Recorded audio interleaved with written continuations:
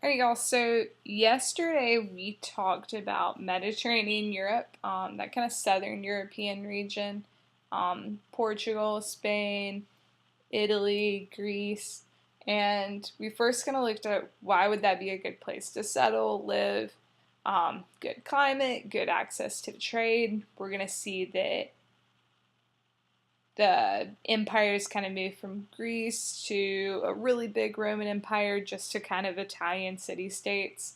Um, and we're going to see that these regions are really, really big on impacting Europe culturally, whether it's by the Latin language or by Christianity or art, architecture. Any of those things are kind of lasting impacts. But for those regions, they're also kind of facing some problems now. And honestly, those things kind of go back to the issues that we saw in kind of World War II, making them a little bit weaker, having dictatorships, and so they're still facing a lot of issues as well as kind of pressures from the Mediterranean, being like the Syrian refugee crisis. So keep all those things in mind, and we're going to be moving on to a new region, Western Europe, which is our pretty big name countries, or biggest name, most well-known countries today. What we'll kind of look at is France and Germany being like the big players, the big powerful countries, always kind of wanting more power than one another, and having very, very different cultures. So even though it's Western Europe, they're allowed to have very different looking cultures. These are the countries that we're talking when we say Western Europe. So these big guys right here. And you can actually take a moment to color on your map, kind of just like we did yesterday, shade in. So these purple countries right here. Shade in those purple countries. Those are our Western European nations. Western Europe, yay! So France, Belgium, Netherlands, Luxembourg, Germany, Switzerland, Austria. I think sometimes, depending on who you're talking to, they might not include Austria. And even now, it's kind of common to say this region's Central Europe because it's kind of right smack dab in the middle. But France, Belgium, the Netherlands, Germany, Luxembourg, Switzerland, and Austria, all of those guys. Let's take a moment to shade those in, color those in, just so you have that on your Western Europe page, kind of for reference. Big players being France and Germany, and that's kind of who we'll focus on in a big way today.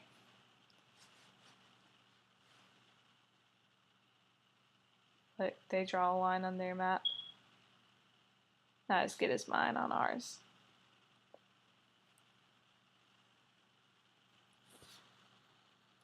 Alright, so first thinking French versus German.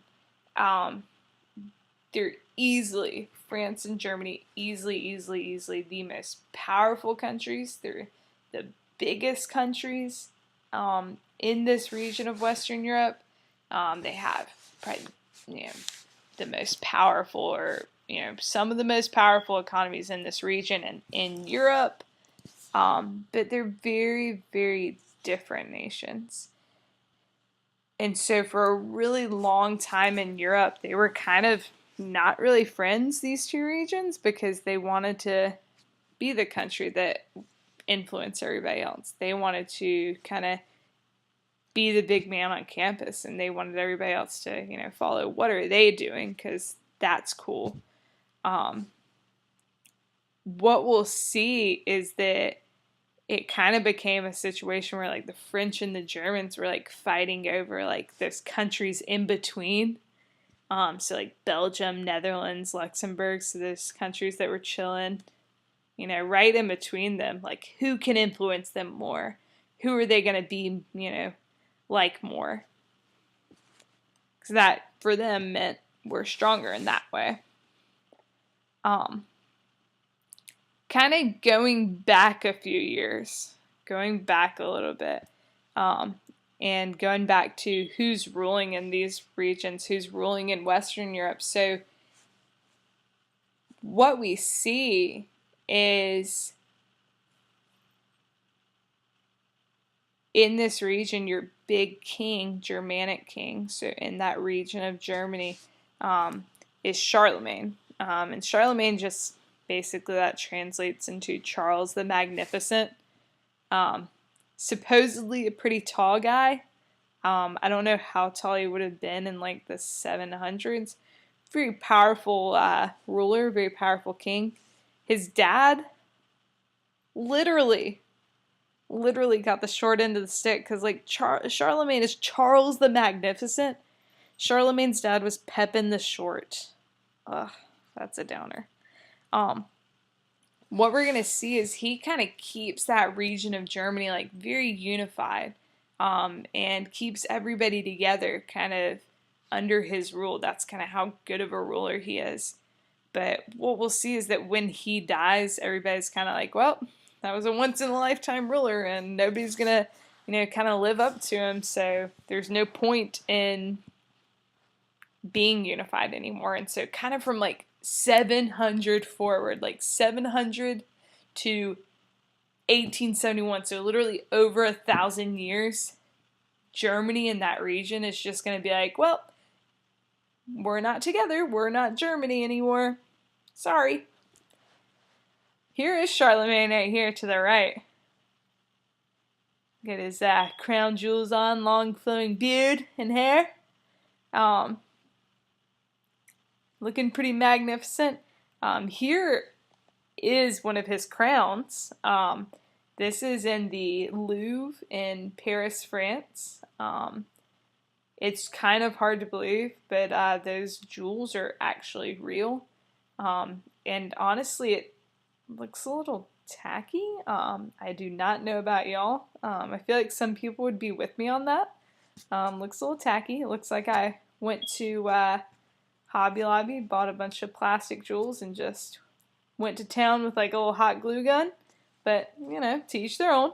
It's got the pearls on there too. Notice those. Here is Miss Godwin with two of his crowns. So that one with the jewels on the right, another one on the left, as well as one of his swords. Oh, and there's Miss Godwin. So pretty cool.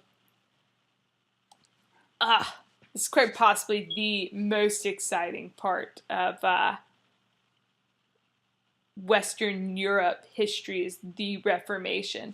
And what's kind of cool is notice Reformation happened, look at that year, 1517, so literally 500 years ago, the Protestant Reformation began. And so if any of you are Methodist or Presbyterian or Baptist or pretty much anything that's not like Catholic or Eastern Orthodox, if you are a Christian, you go to church. If your church isn't Catholic or Eastern Orthodox, it's because of the Protestant Reformation, which is kind of cool, especially because that's a lot of people in this kind of region in the United States. So what we see happen is this dude, Martin Luther, he is a Catholic monk. He's like walking home one day, and all of a sudden this like terrible rainstorm comes, thunder, lightning, and he like calls up to God, and he's like, please save me, and I'll dedicate my life to you. And he makes it out of the storm alive. And so he does that. He like becomes a monk. Everything's all good. What he starts to do is kind of study the Bible, and he's like, wait a second, the Catholic Church kind of doing some shady things, which at that point in time they were, and the Catholic Church like is very, very different now. So he's like, the Catholic Church is kind of doing some shady stuff, and so he writes about that stuff, and he's like, yeah, this isn't okay, and he posted up on basically like a church bulletin board, which would have been on the doors of a church, and is like, hey, here's what's wrong, and, we need to fix it. And so what we'll eventually see is that the Catholic Church, a lot of members break off, they become Protestants. And as far as those two regions are concerned, France versus Germany, France stayed pretty much Catholic. The French were like, nah, Catholic is cool. The Germans and the countries around Germany were like, nah, we think we like Protestantism. We think we want to be Protestants or Lutherans. And so Germany is a little bit divided today. A lot of German Protestants live in kind of northern Germany, but you do have some German Catholics, and they live in the southern region. Here is Martin Luther right here. Pretty fun guy. People liked Martin Luther a lot because he was kind of just a normal guy. Maybe doesn't look that normal. Doesn't look like he'd be, that fun of a guy to be around. But who knows? Who knows? To each their own. We'll see. We'll watch this real quick. I think y'all will like this.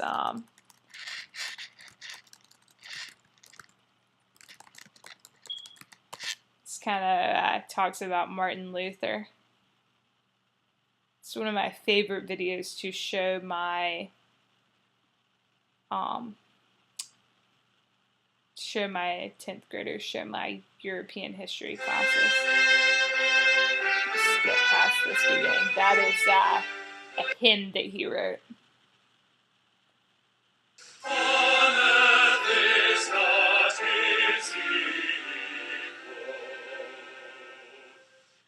And a 1 and a 2. When I was just a younger man, I studied canon law. All effort was a challenge, it was just to please my pa. Then came the storm, the lightning struck, I called a Punson and I shaved my head, I took my vows in August in the end. Oh, papal bulls, indulgences, and transubstantiation. Speak your mind against them and face excommunication. Nail your theses to the door, let's start a reformation. Papal bulls, indulgences, and transubstantiation. When Tetzel came near Wittenberg, St. Peter's prophet sword, I wrote a little notice for the All Saints Bulletin Board. You cannot purchase merits, for we're justified by grace. There's 95 more reasons, brother Tetzel, in your face. So, papal bulls, indulgences, and transubstantiation. Speak your mind against them and face excommunication. Nail your theses to the door, let's start a reformation. Papal bulls, indulgences, and transubstantiation. That's all I'll make you guys watch. But I think it's kind of a funny video. Yeah, it's taking a while. All right, so don't get stressed by looking at this. So nationalism. Yeah, I kind of want you to look at like that third bullet down. So nationalism is basically like people want to be loyal to their nation, or people think like my nation is the best. And so typically people in the same geographic area and have the same kind of cultural background, same like historic background, we think our nation is the best. And we're going to see that it's going to be really in Western Europe that nationalism kind of starts. So a lot of kings start like kind of making people feel that way. They're like getting more powerful, and they're like, yeah, our nation is the bomb. Our nation is the coolest thing. And nationalism, it can be a good thing. It can be a bad thing, because it's fine to think like, hey, yeah, my country is, the best. We're the coolest. But there's one thing in kind of being proud of where you're from and proud of your nation. It's another thing. Sorry, that's my dog. It's another thing to kind of feel like you're better than somebody because you're from a nation. So if you take it too far, then it becomes a bad thing. But we'll see at first, people don't take it too far. Well, kind of. At least don't take it too far to where they're warring with other countries. So first, the French kind of start feeling they don't like their king. He doesn't, really care about us. And so, we're French. We want to be French and we want to feel the same and we want to feel it kind of together. And so nationalism is a big thing driving what will be the French Revolution from 1789 to 1799. French Revolution, we say depose his king. The people who are the revolutionaries, they catch their king and they put him under the guillotine and off with his head. They form a republic, and that doesn't really last that long because Napoleon comes into power, and people are okay with that in France because it makes France really powerful. And so they're like, oh, okay, Napoleon, yay, we guess.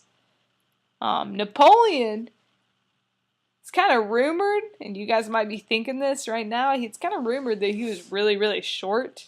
But he was actually like 5'6", which was like the average height for a man at that point in time. I don't know why such shade gets thrown on him. He also does that nice Napoleon pose where he like puts the hand inside his jacket because his hand was just always cold. But as he becomes more powerful and starts like beating up other places are going to be like, well, we want to be powerful too, right? We want to compete too. Kind of nothing makes you want to do better than like a little competition. Even if it's just like friendly competition. Like think about how many times you've like kind of competed with someone who's just like you don't even know, might be a stranger. Like if you're on a like treadmill and you're like running next to somebody and you're like, well, they're on this number, I'm gonna crank mine up one higher. Maybe they crank theirs up one higher. Or you're, competing with somebody in this and this or that. You want to do better. And so think about for these countries, it's not just like friendly competition, it's like straight up wars. So we want to be able to win a war.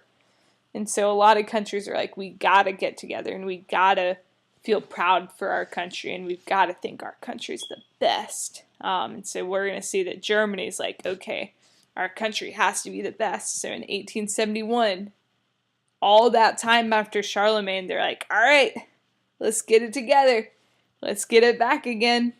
And they become Germany. Yes! It's French Revolution. This is the king who gets beheaded. Louis the 16th. Imagine how like bad it's gotta suck. Like people would show up to these beheadings and like, they'd roll this guillotine out and they'd pull the little lever and you'd hear this little chomp and the crowd would go wild. That's gotta be a downer. Also, they supposedly think that your head, after it's detached from your body, like still maintains consciousness for like a few seconds or several seconds. So that's gotta stink. When we move on to our countries starting to like get together and be like, all right, we're the best, that becomes a problem because they start to take it too far. So that's when nationalism kind of becomes bad, right? When you take it too far and you're like, all right, not only is my country the best, but we're better than these people. And, these people aren't as good as us because they're not French or they're not German. And so you're going to see those countries constantly feeling that way, but then trying to like compete against each other. So we want to get more land or we want to get more goods because we got to have more than them. And so that just creates kind of a problem between all these groups. And so we're going to see World War I kind of break out because a lot of that. Kind of everybody's building up militaries, everybody's gotten their own friends. Everybody's trying to get as much as they can. And so all it takes is one thing to kind of start a massive war. Well, In World War One, your Allied powers, which not just France, France, England, and then the United States, but in Western Europe, it's France, versus in Western Europe, Germany and Austria-Hungary. Ottoman Empire also fights with them. Um, Allied powers win, so France kind of wins out, and France is like, ha, Germany, we knew we were better all along. France is really going to punish Germany, and England's really going to be all about punishing Germany, and they're going to be like, pay up. You started this thing, so pay up. And Germany's like, I didn't start this thing, and we'll talk a little bit more about our world wars week after next and kind of see what's going on and who really was behind those. We'll kind of put those in the spotlight. What we'll see is conditions are so bad after World War One, y'all. So like the Germans are feeling so terrible that they're literally willing to like grasp onto anything, any crazy idea, anybody who promises that things are going to get better. And so when Adolf Hitler comes around and he's promising all these things and he's starting to make things better for the people, people grasp onto those ideas and they grasp onto his other really, really terrible ideas and really horrific ideas. Like his idea of a final solution to completely wipe out the Jews in Europe and wipe out anybody who's different in Europe. And so it's a really scary situation how far nationalism can go, because for those people, they're like, all right, well, we want to be German again. We want to, feel good about our country again. And if it means killing a bunch of people who aren't like us, well, that's how it goes. So nationalism is like really, really terrifying.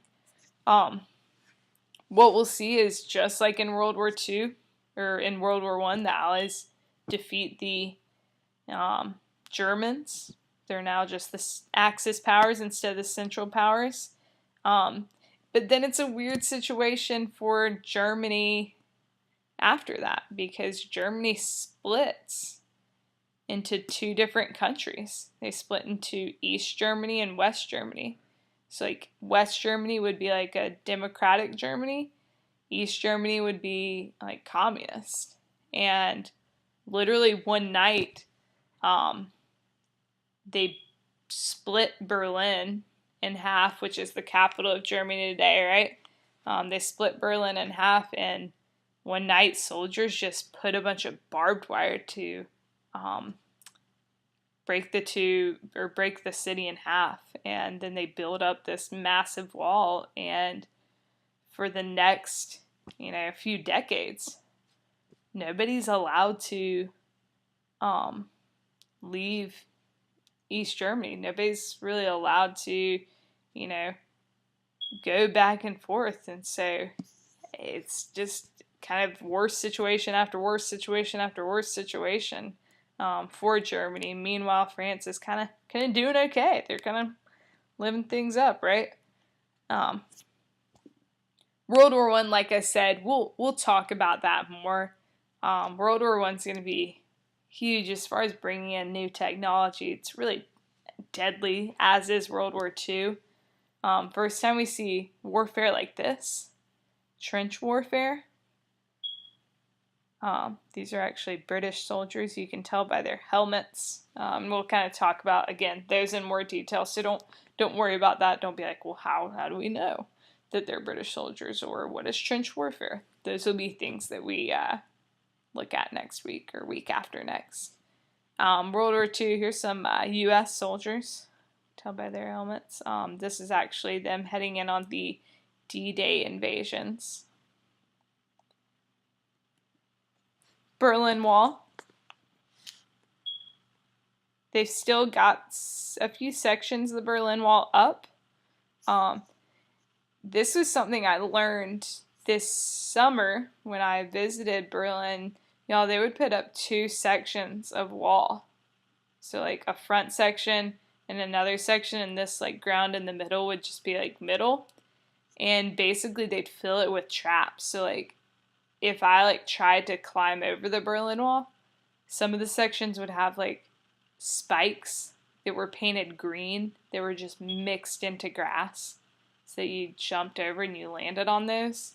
You know, a spike in your foot.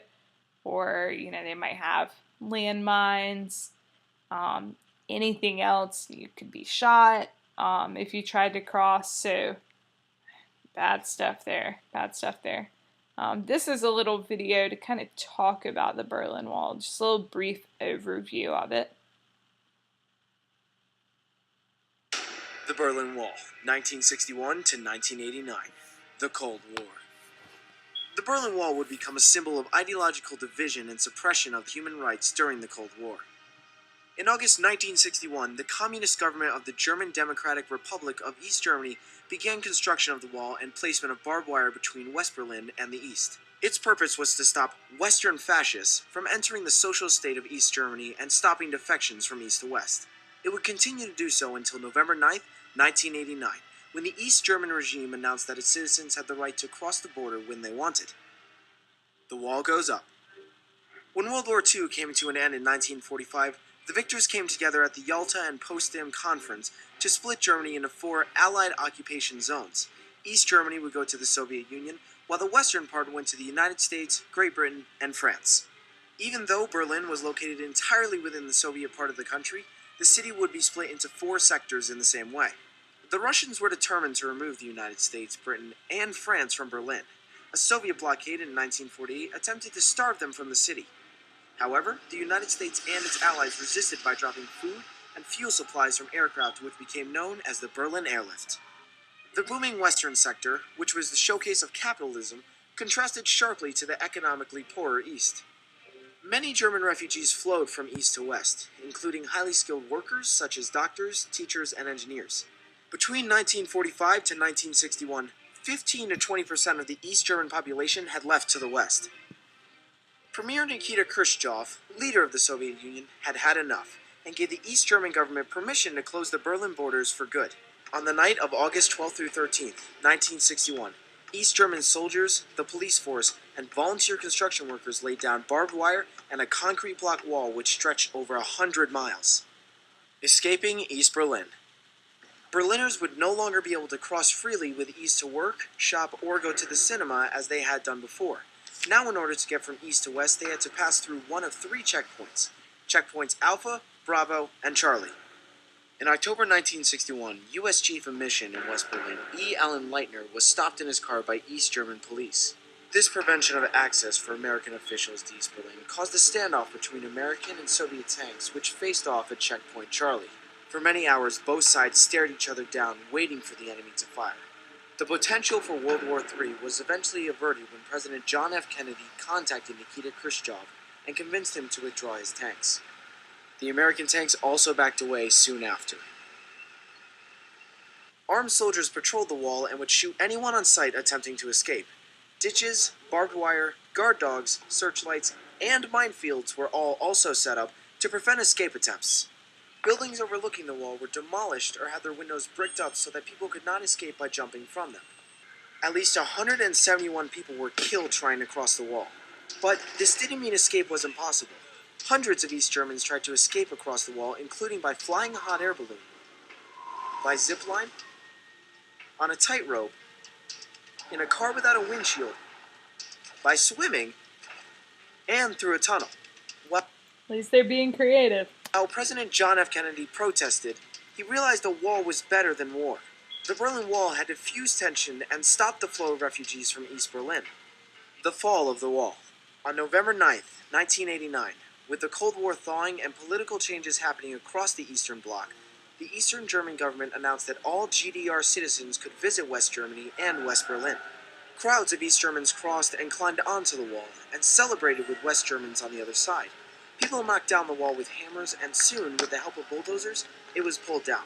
The reunification of East and West Germany was made official on October 3, 1990. What Berlin Wall escape attempt did you find most interesting? Leave a comment below. Subscribe to our channel for more animated history videos. So some interesting stuff there. I did want to show y'all. I thought you would think this is interesting, and I forgot to bring it up just a second ago. So in World War One, it's kind of following Hitler's ideology. So Hitler actually fought.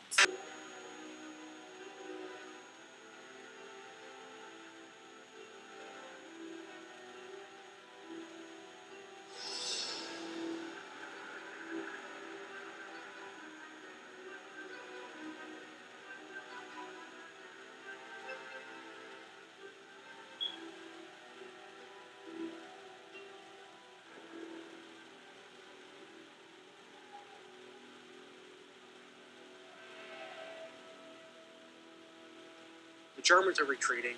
Adolf Hitler's been injured. And he has this encounter with Private Henry Tandy, British private.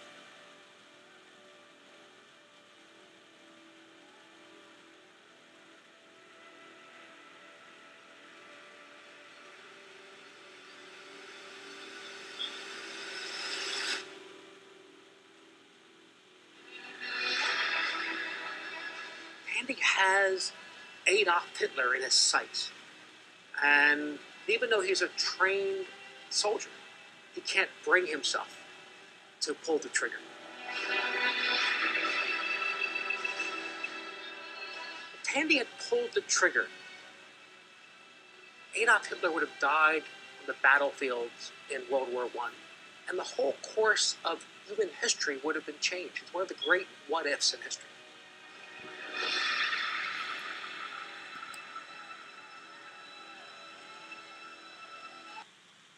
That crazy to say the least. A lot of people kind of wonder, and you guys are probably like, "What? He could have killed Hitler and he didn't." But think about, this guy wasn't trying to kill him, so that British soldier didn't really have any reason to fire at him, and he obviously doesn't know that it's Adolf Hitler. So otherwise, maybe that would have changed his mind had he known what this guy is going to do one day. Moving on to kind of more present day stuff, kind of basic economic structure. A lot of this region in Western Europe is kind of known for producing certain goods. So think about, the stuff that they make, German cars, BMWs, Mercedes, Swiss watches, whether it's like actual Swiss brand, I guess, or Tag Heuer, bunch of Swiss watch types, or you could even think Swiss Army knives. French clothing is a big thing. The food, all about the food, right? So like Swiss chocolate, Belgium chocolate. For the French, all their like different pastries that are very kind of luxurious desserts. And then Dutch. The Dutch produce flowers. The Dutch produce tons and tons and tons of tulips. It's actually really cool. I'll show you what those look like.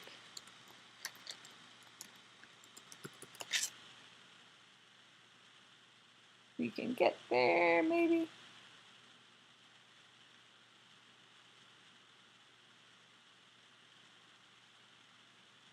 Actually really cool. Those are like aerial views of all the tulips, and you can see the colors of the different ones they're growing. So that's a big thing in this region that's being produced. Tourism is a big part of this economy for the French, for the Swiss, for the Austrians, because you have the Alps. A lot of people are going there to ski.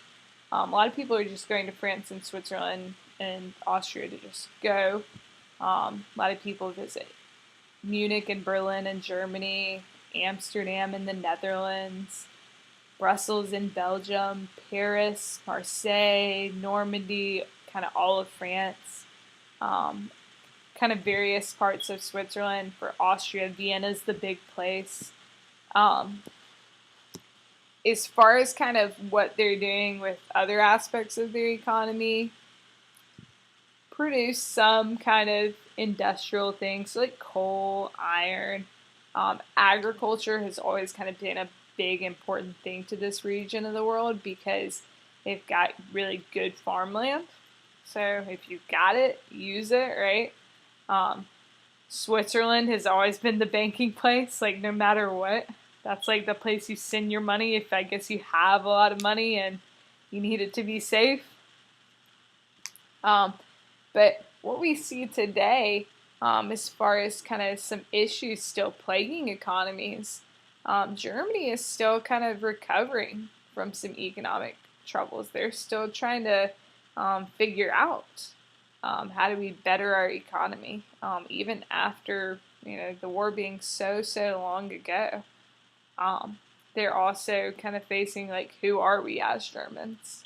So are we or should we be like proud to be German, or is that kind of in the past? Like, can we just like forget about that because we took it way too far at some point? So kind of a weird situation as Germans. Weird problem for them. Some of the music and art coming out this region. Oh, this is some of my like favorite art coming out of France, y'all. These guys right here: Monet, Cezanne, Gauguin, Renoir. All these impressionist painters. I'll actually show you some of their works. Jan van Eyck, Vermeer, Rembrandt. You can actually go out and see a Jan van Eyck and a recreation that the sophomores did. That's pretty funny, or a couple of the recreations.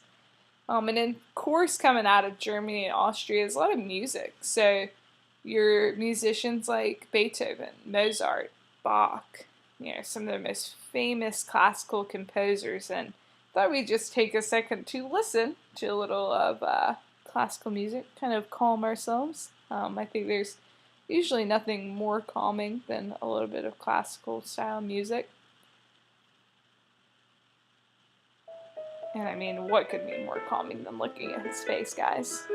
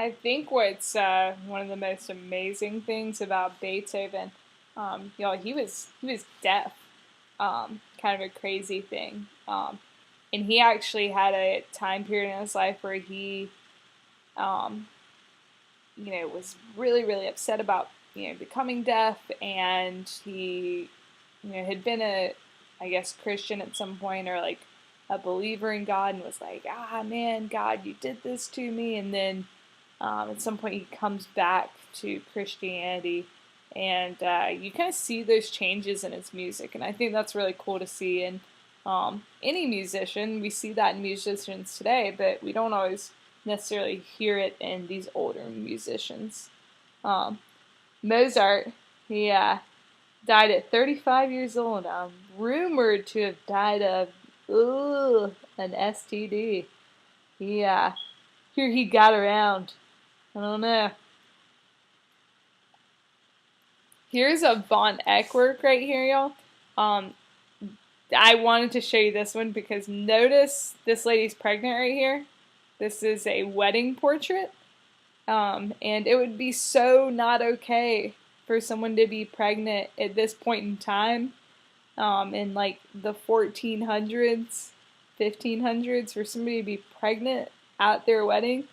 Um, this lady wasn't pregnant. This was either to represent like that she was fertile and would become pregnant, or it was drawn after and represented a child that they did have that, or a child that they were going to have that did die. Monet, probably most well known for his water lilies. I really like this style of artwork, y'all. It's impressionist artwork, so like the closer I get to it, the less it looks like water lilies. The farther away I get, the more it looks like water lilies. Big, big brush strokes. I think very, very beautiful artwork. Same thing with this is Renoir's work. The Moulin de la Galette. So really, really beautiful. You can see not that much detail in the faces, but it's enough to where your mind knows what it is. Kind of some modern life stuff going on. Just is one of the things to wrap this up. For Western Europeans, most of them are living in cities. Most of them are already in cities.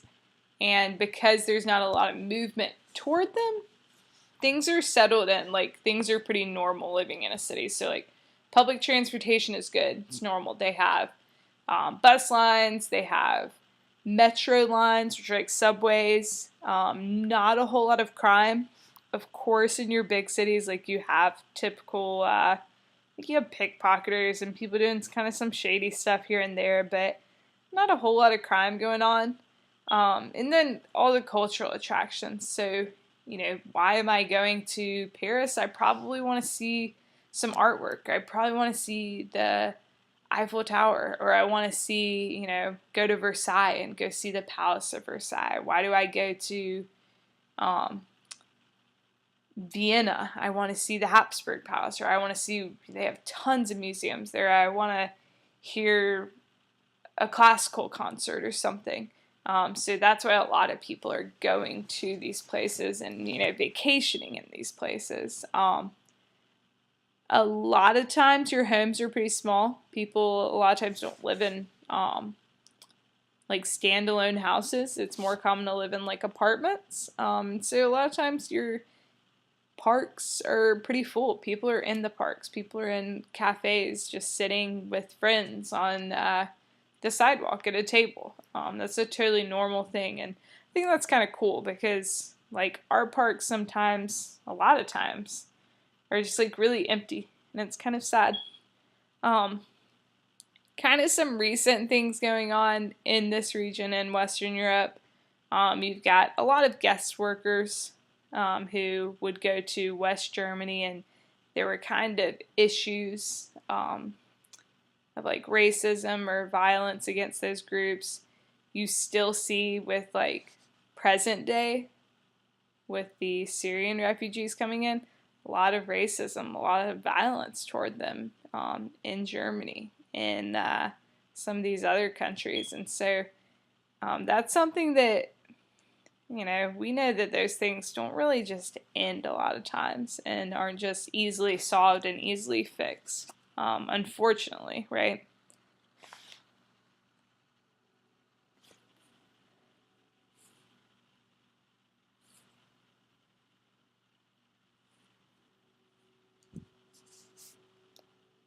So on Monday, we are going to talk about Northern Europe. That's kind of like England and Scandinavia, so like Norway, Sweden, Finland. It should be fun. I think y'all will like this region as well. Like I said on Thursday yesterday, they're a little weird. They've got a little bit of weird stuff going on, and I have a total vendetta against one of these people, guys, because one of them killed somebody I'm related to down the line. So you'll hear about that on Monday, whether you want to or not.